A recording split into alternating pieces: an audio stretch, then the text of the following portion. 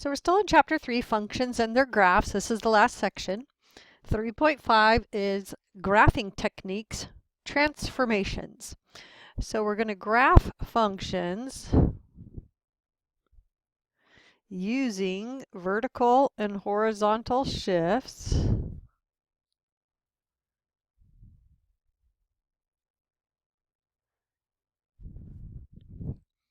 Then we're going to graph functions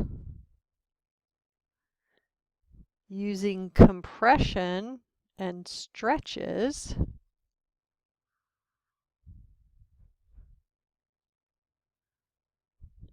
And the last is graph functions using reflections about the x-axis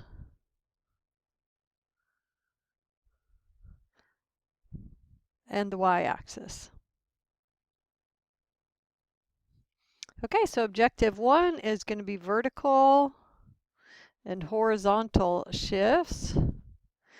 And these are called rigid transformations. The shape of the graph doesn't change. The entire graph itself just moves up or down, right or left. So once you've added all those functions from section 3.4 to your library of functions or your tool bag or your parent graphs, now you're ready to add the idea of transformations to your set of tools, and this will allow you to quickly sketch a large number of functions. We'll be breaking them down into the basic function and its transformations, and so that will give us a big clue about how to draw the graph. So vertical shifts are up or down. Horizontal shifts are right or left. Then we also have vertical stretch or compress, horizontal stretch or compress, and then reflections about the x-axis and the y-axis. You need to pay close attention to the order in which these transformations are applied.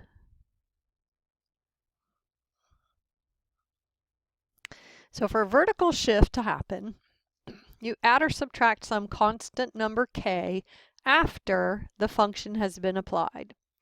So here we would say the parent function or the basic function is f of x equals x squared. And then we see 2 has been added after the squaring, which is the basic function. And so this is going to move the graph up 2 units. So it keeps its shape and it just moves up 2 units. Okay, then for the next example, the basic graph is the square root graph. And then after the square root happens, so order of operations, think of, after the square root happens, we subtract 4. This is going to move the basic graph down 4. So if a positive real number k is added to the output, then the graph of the new function is shifted up k units. And if a positive number k is subtracted, the graph is shifted down k units. Okay, horizontal shifts are different than what you might expect. And they happen if you add or subtract some number k before the function has been applied. So think of functions as squaring, square rooting, cubing, cube rooting, reciprocal, all the different kinds of basic functions that we learned in the previous section. So here we have x plus 5 is then cubed. So the parent graph is the cubic graph, x cubed. But before the cubing happens, 5 gets added. And what this does is shift the graph to the left 5 units.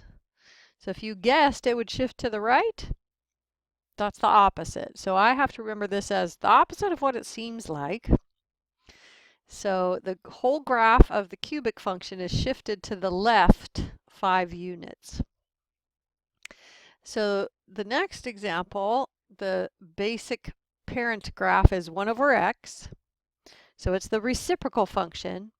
But we can see that before the reciprocal is done, 3 is being subtracted. So this is going to shift the basic parent graph 3 units to the right. Okay, so if the argument of a function, so when we write f of x, this x is called the argument. If the argument of a function is replaced by x minus h, where h is a positive number, the new graph will be the original graph shifted right h units. And so that is this example. And if the argument is replaced by x plus h, so that's this example, then the graph of the new function is shifted left h units. So then we can have combinations. So here the parent graph, get used to identifying the parent graph is absolute value graph. So then we have minus 4 happening before the absolute value. So this is going to shift right 4 units. Then after the absolute value happens, we have plus 3. So this is going to shift up 3 units. Okay, and we'll do this next example in class, and we'll also look at the graphs together. Okay, so the second objective is the stretching and compressing of graphs. So we'll first talk about vertical. Vertical, stretch, and compress. So if you multiply by some real number a after the graph, the function has been applied. So here we have x squared is the parent graph. And after the squaring, I'm multiplying by 2. Then, because 2 is bigger than 1, so this is case 1, so I multiply by a number greater than 1 after applying the function, then we will have a vertical stretch by a factor of 2. Every y value is twice as large as it was. Okay, so then if you multiply by a number between 0 and 1, so some fraction like a third, then you get a vertical compression by a factor of 1/3. So see why it's a factor of, because we're multiplying by 1/3. Okay, so when you multiply by a positive number a, then the new graph is vertically compressed if the value of a is some fraction between 0 and 1, or vertically stretched if the a is bigger than 1. Okay, so then we also have horizontal stretch or compress. So if you multiply by a positive real number a before the function is applied, again, there are 2 cases. So if I multiply the argument by some number a that's bigger than 1, so before I'm doing the square root graph, so the parent graph is the square root of x, before I do that, I'm multiplying the x's by 4 and then drawing the graph. Well, this has the effect of doing a horizontal compression by a factor of 4. So if the graph, the part of the graph that used to go from, say, -8 to 8 is now going to go only from -2 to 2 because it's been compressed by a factor of 4. Then if we multiply by a where a is between 0 and 1, I get a horizontal stretch by a factor of 3. So if the graph used to go from -2 to 2, now it goes from -6 to 6. It's stretched out.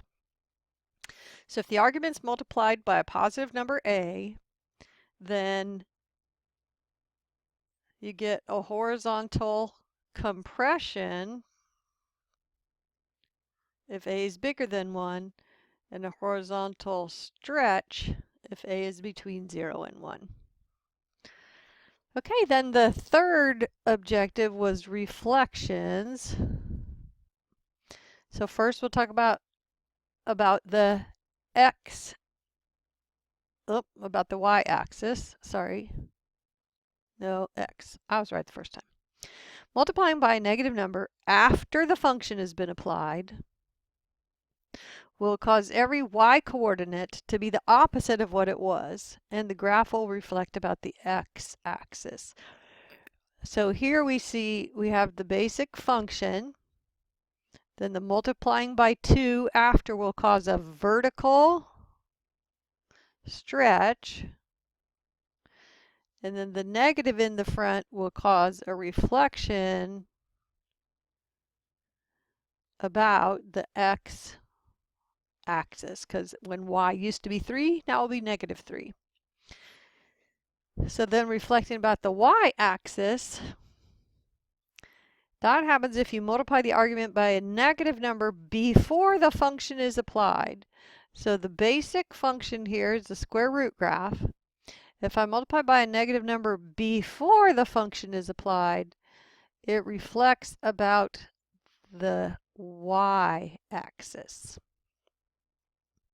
So here's a little summary of the graphing techniques that we just went through, if you want it all in one place. And then let's do some examples together where we'll analyze some transformations and write the list of transformations in the correct order together.